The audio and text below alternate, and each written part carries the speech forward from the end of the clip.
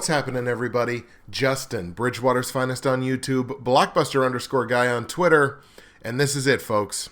This is the big one. Super Bowl 51 is this Sunday, a few short days away. The New England Patriots, the Atlanta Falcons, only one will be Super Bowl 51 champion. Let's talk about the conference championship round before we start talking about the big game itself.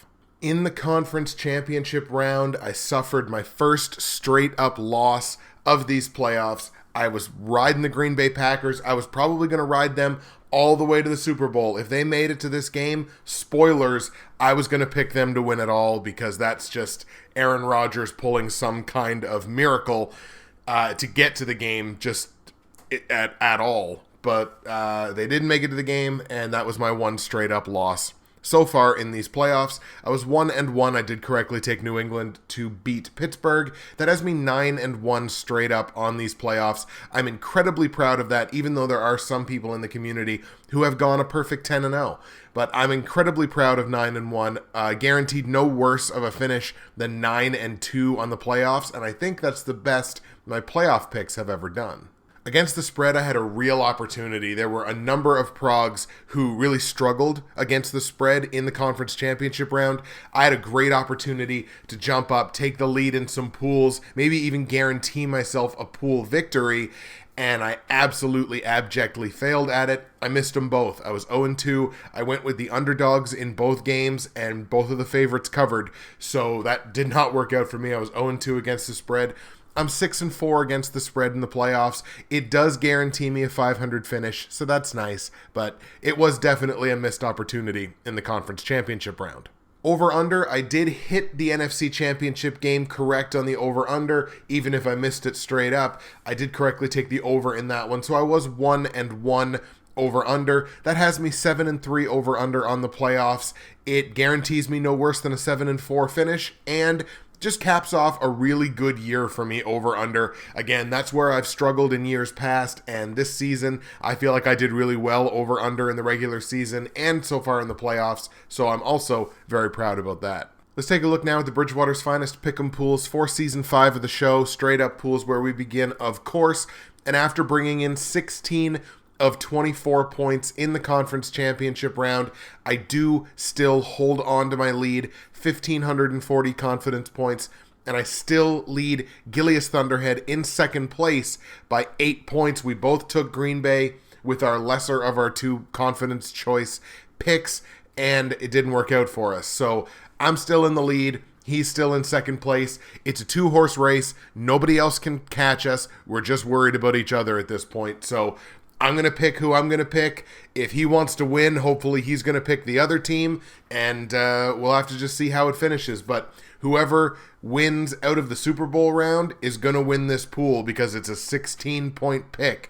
So I'm either going to win or I'm going to lose by about 8 points. Anything is possible at this point. Shout out to the winners of the conference championship round in the straight up pick'em pool who got both games correct, 24 points out of 24. Those are West Coast Martin, ZGP for the third straight time. I think he's 10-0 on these playoffs. ZGP, Hatbox's picks, BradysBack, and Jay Cutler for MVP, Chicago_span on Twitter. They all went 2-0 in the conference championship round, pulling in a perfect 24 out of 24 points in that round. So shout out to them for being perfect in that round. Moving down to the against the spread pool, and if you remember from our previous episode, it was a 3 or a 4-way tie. I think it was a 3-way tie for first place, all at 138 correct against the spread picks. Well, I went 0-2. A couple of other people went 0-2. BradysBack went 1-1. BradysBack has now retaken the lead in the against the spread pool with 139 correct picks against the spread.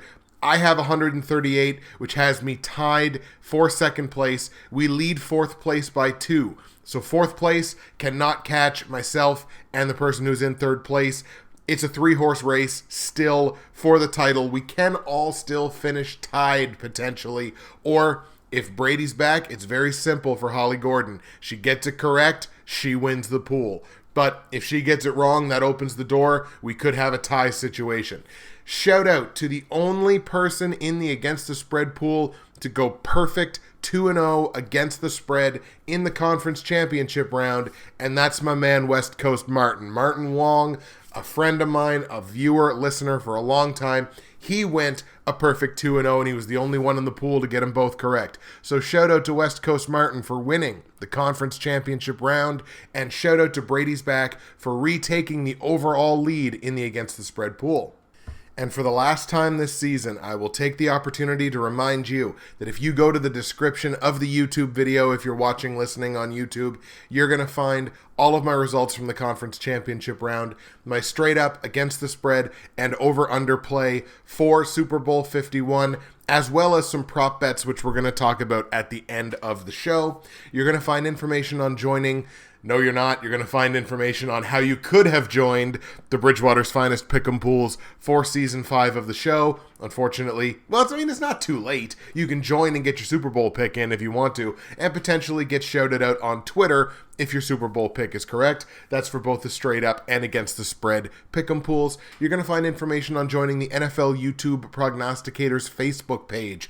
That's still good. We still have conversation throughout the offseason. Obviously, we're sports fans, we're football fans, we keep talking.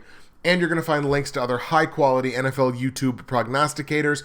Go out there, check out their Super Bowl videos. For whatever reason, the Super Bowl episodes seem to struggle more than the regular season does. So make sure you get through, watch everybody's Super Bowl videos. Everybody's going to probably have a different slant on it. So it's worth checking out everybody's pick for Super Bowl 51. If you're listening to the episode on SoundCloud, search NFL YouTube Prognosticators on Facebook. Most of your favorite progs are in that group. Get joined up in the group and get in on the fun. Super Bowl 51 delivers us a classic offense versus defense matchup. The number 1 seed in the AFC, the number 2 seed in the NFC, the number 1 scoring offense in football, the number 1 scoring defense in football. Which way is it going to go? Let's talk about it. Your AFC champion, as I said they would be, the New England Patriots, 14-2 champions of the AFC East, a 34-16 victory over Houston, and a 36-17 victory over the Pittsburgh Steelers was their path to make it to Super Bowl 51. The NFC champion, as I did not say they would be, the Atlanta Falcons, 11-5 champions of the NFC South, 36-20 victory over Seattle, and a 44-21 drubbing of the Green Bay Packers in the NFC title game was their path to make it to Super Bowl 51. Now look, there's all kinds of information in here that I can give you. Some of it's going to be repeat, some of it's not going to be repeat. I can tell you that New England's outscoring opponents 35-17 in these playoffs. I can tell you that Atlanta's outscoring opponents 40-21 in these playoffs. I can tell you that New England's got the number 3 total offense in these playoffs, the number 4 total defense. I can tell you Atlanta's got the number 1 total offense in these playoffs. What a shock there. I can tell you they have the number 6 total defense. I can tell you that in New England's 9-game win streak, they're outscoring opponents 30-13 on average, and they've still only had 1 game in those 9 where they've allowed 20 points or more. I can tell you that Atlanta's riding a 6-game win streak, outscoring opponents 39-19 in those 6 games. They've still only had 1 game where they've scored 33 points or fewer. That was their lowest point total, was 33. I can tell you all that information, but you're here to find out who the Super Bowl 51 champion is going to be. You're here to find out how you should play it against the spread. You're here to find out how you should play it on the over-under. You're here to find out who the MVP of Super Bowl 51 is going to be. You're here to hear some prop bets, see what you like, toss them on your picks, maybe win yourself some money. That's why you're here, and that's what I'm going to give you. And look, this is the way I've played it in years past. The Super Bowl pick is less about explaining why and more about this is just how I feel it's going to go. Like at this point, we're deep enough into the playoffs. We've seen essentially what I believe to be everything that each of these teams has to offer in their game plan. They've pulled out all the stops to get to where they are now. I think there's going to be very few surprises in this game, but I think it's going to be an incredible football game. With a final score of 34-28, your Super Bowl 51 champions will be the NFC-champion Atlanta Falcons. If you want a justification, here it is. New England, for the longest time, for months, have been playing either backup quarterbacks, non-elite offenses, or even in the Pittsburgh game, Le'Veon Bell was only out there for 6 carries before he got injured, and the rest of the game, they had to play against DeAngelo Williams. No disrespect to DeAngelo Williams, he's a fine football player, but he ain't Le'Veon Bell. He ain't Le'Veon Bell in age, he ain't Le'Veon Bell in talent. And that Pittsburgh Steelers team plays differently when it's not Le'Veon Bell back there. I'm not making excuses for why they lost. They lost fair and square. The defense gave up 36 points. They probably weren't going to win that game even if Le'Veon was in there. But if Le'Veon was in there, I guarantee you they score more than 17 points. The New England defense is good. The New England defense may even be great. It ain't all world. We'll put it that way. It's a Super Bowl caliber defense. It got them here, but it's not all world. The Atlanta Falcons offense is all world. Look at that 6-game win streak, 39 points on average. In these playoffs, 40 points on average. And let me tell you something, in that 6-game win streak, that Atlanta defense is playing better. They're bend but don't break, but they're playing better. And that's what I think the difference is going to be. Look, New England, they're going to get their stops. New England's going to get their points. Obviously, I think they're going to find the end zone 4 times. But I also think Atlanta's going to find the end zone 4 times. And I like Atlanta's possibilities to get a couple of field goals in there. And Atlanta is going to win this football game. I like the Atlanta Falcons to be your Super Bowl 51 champions, defeating Hoodie and the New England Patriots. And I can hear Patriots fans already.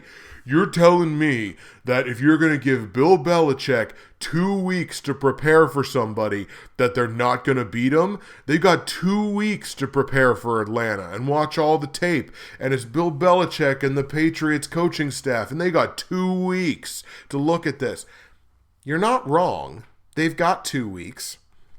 Let me just point out, they had 2 weeks earlier in the season to prepare for the Seattle Seahawks, another dangerous, complete team, an elite team. They had 2 weeks to prepare for them in their own building, no less, and they lost that football game. They lost it by a touchdown. Seattle was not good on the road this year, but they went into New England and they beat the Patriots.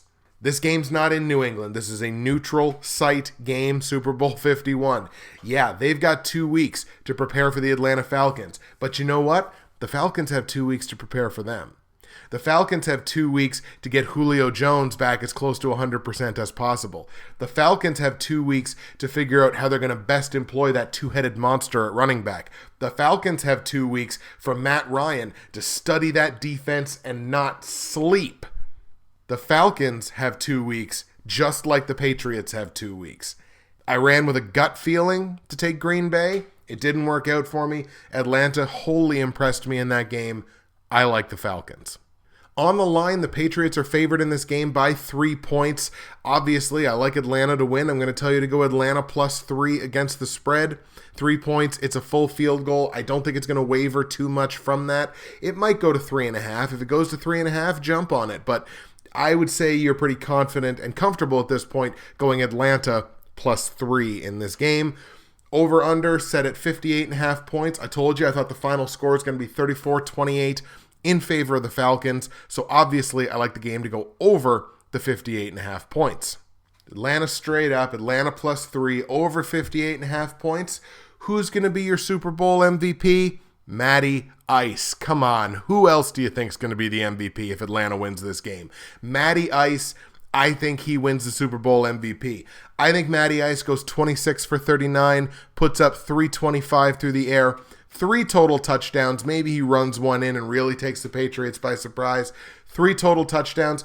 I'll give the Patriots defense, obviously, the credit that they probably get a pick. So 1 interception on Matty Ice's line, it's still going to be enough. Matty Ice wins your Super Bowl 51 MVP. If you're still listening, how about some prop bets? You want some prop bets? Let's give you some props. I found 5 prop bets that I really like. Now, this is based on what my provincial bookie is going to give me. Your prop bets are probably going to differ, but if you can get a few of these, I think they're comfortable plays. Let's talk about them. We're going to start with total pass receptions. I got a matchup between Chris Hogan and Mohamed Sanu, and I'm going to tell you to take Chris Hogan in this one. Look, Hogan's averaging 6.5 catches per game. He's got 13 so far on the playoffs. Mo Sanu, he's averaging 4.5 per game. He's got 9. So look, it's not a huge gap, but that is 2 catches per game. With that much of a gap, if it was only a half or 1, maybe I didn't take this, but with 2 full catches per game, I like Chris Hogan. Look, Mo Sanu is not a huge part of this offense, even when Julio Jones is going to get double covered, and I guarantee he is going to get double covered. I still don't think Mo Sanu is going to have much more than 5, maybe 6 catches.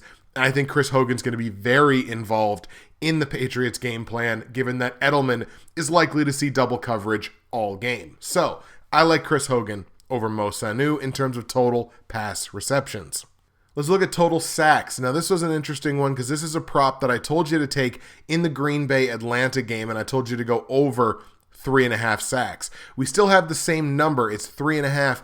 This time I'm going to tell you to stay under on it, simply because in 4 total games for both of these teams, they only have a combined 8 sacks. Now, yes, that's 2 sacks per team per game, which would lead you to believe, if you do the math, that there's going to be 4 in this game. I don't think they get to that 4th sack combined between the two. These are 2 quarterbacks that are very good at getting the ball out of their hands. Maybe they get to 3 sacks. I don't think they get that 4th one. So I like under 3.5 total sacks. How about longest field goal? Now, the prop here is 45.5 yards on an over-under. I'm going to tell you to stay under on it, and here's why. Between these 2 kickers, Steven Gostkowski and Matt Bryant, between the 2 of them, in 4 total games, they've only gone a combined 2 for 2 from 40 or more. Both of them were Gostkowski, and he's hit them both. But that's from 40 plus. You're getting an additional 5.5 yards in this prop. Matt Bryant has not even had to attempt a 40-yard plus field goal so far in these playoffs.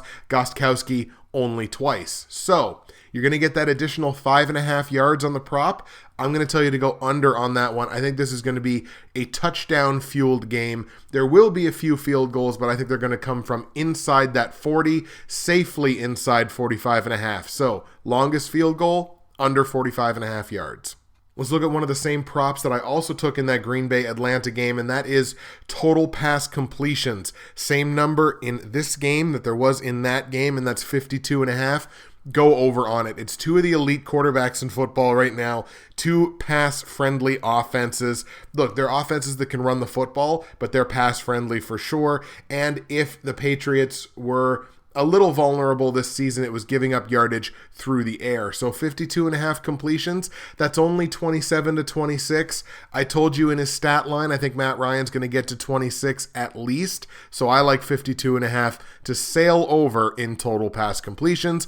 And we'll just take a fun one here at the end. Will there be a 2-point conversion attempted in this game? Doesn't have to be completed successfully, just has to be attempted. And I'm going to say yes on it. I mean, look, even if for no other reason than to make the other team be off balance, if they're expecting just a single point just to kick the extra, and then you go out there, line up, and you attempt the 2. So I think that's going to happen. I think someone will actually attempt a 2-point conversion in this game, even if, situationally speaking, it wouldn't necessarily make as much sense. Look, if Pittsburgh was in this game, that's a guaranteed yes. They probably wouldn't even let you bet on it because Mike Tomlin. But I still think a 2-point conversion will be attempted in this football game. And look, if you want to take all 5 of those props, throw them on a ticket for a couple of bucks, why not? A $5 bet on those 5 props is $110 plus in the payout in terms of the numbers that at least that I get from my provincial bookie. So I mean, $5 to potentially 22 times plus my money. Okay, I'll take that. So if you want to take those props, toss them on a small ticket, $5, whatever. You never know. Win yourself some scratch on Super Bowl Sunday. Well, folks, here at last comes the end of our fellowship. Hope I don't get sued or refused for monetization because I quoted Lord of the Rings. So this is it. This is the end of the season, and I just wanted to take a couple of minutes here towards the end of the video. We're going to go over the picks here one more time towards the end, but just wanted to take a second at the end of the video here to say thank you.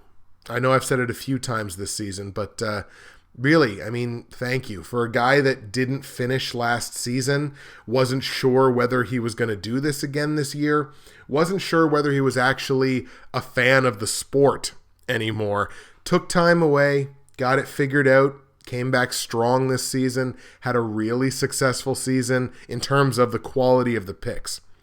But my real success this season comes in you folks. Everybody that listens to this, everybody that watches the episode, subscribes on iTunes, listens on SoundCloud, follows me on Twitter. Like, that's the real measurement of success for me this season. And my viewership has gone way up. In terms of just total views, it's at least doubled. And the fact that somewhere between, by the numbers, 500 to 700 of you every single week come out here to listen to what I have to say, what a Canadian has to say about the game of football in the United States, it's pretty damn awesome, and it's pretty damn special. And that doesn't happen without you guys. It just doesn't. You guys and girls and folks that have just supported the channel this season, new subscribers, old subscribers, people that have been around since day one. These are the folks that make me a quote-unquote success at this. And it was, again, just spectacular. I took an idea, a formula that had worked well for 4 years, and decided, you know what? I'm going to do something different. And I'm going to do the podcast, and it's going to be long form, and hopefully people will go along with it. But we'll have to see. If they don't, then maybe I'll have to either change it up, or maybe I have to stop doing this thing. But not only did you guys follow it, you embraced it and you made it successful. There's no point in being a content creator if you don't have people consuming the content. And the fact that I have 500 to 700 of you every single week consuming the content, that's incredible to me. And thank you. Thank you so much, because this is so much fun. It's so much fun to do this. It's work, sure, and it's nerve-wracking and it's brain-wracking because every single week you want to do well. But when you not only do well, but you can look back and say, man, I put that together. You know what I mean? Like, I created that, and not only did I create it and finish it and it's out there, but people really dug it. Like, people really like this. And I have an audience, and I have people that listen. That's huge. It's so awesome. And that's all because of you guys. Thank you so much from the bottom of my heart. You guys make this happen. I'm just the puppet. I'm just the one that's here. But you guys are the ones that make it happen. Thank you. All right, folks, that's it. The Atlanta Falcons, in my humble opinion, will be Super Bowl 51 champions, defeating the New England Patriots by a final score of 34-28. Take Atlanta straight up. Take Atlanta +3 against the spread. Take over 58.5 points. Take Matt Ryan as your Super Bowl MVP, 325 yards, 3 total touchdowns.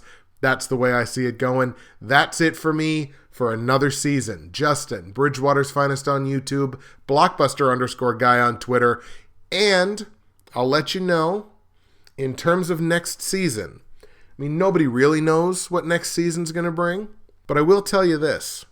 Due to a little NFL YouTube prognostication inside knowledge, there's something very interesting that's on the table, something that's being worked on, that will hopefully all come together. And if it does, It's going to be very, very, very fun and interesting, and I hope popular with you guys. That's all I can say.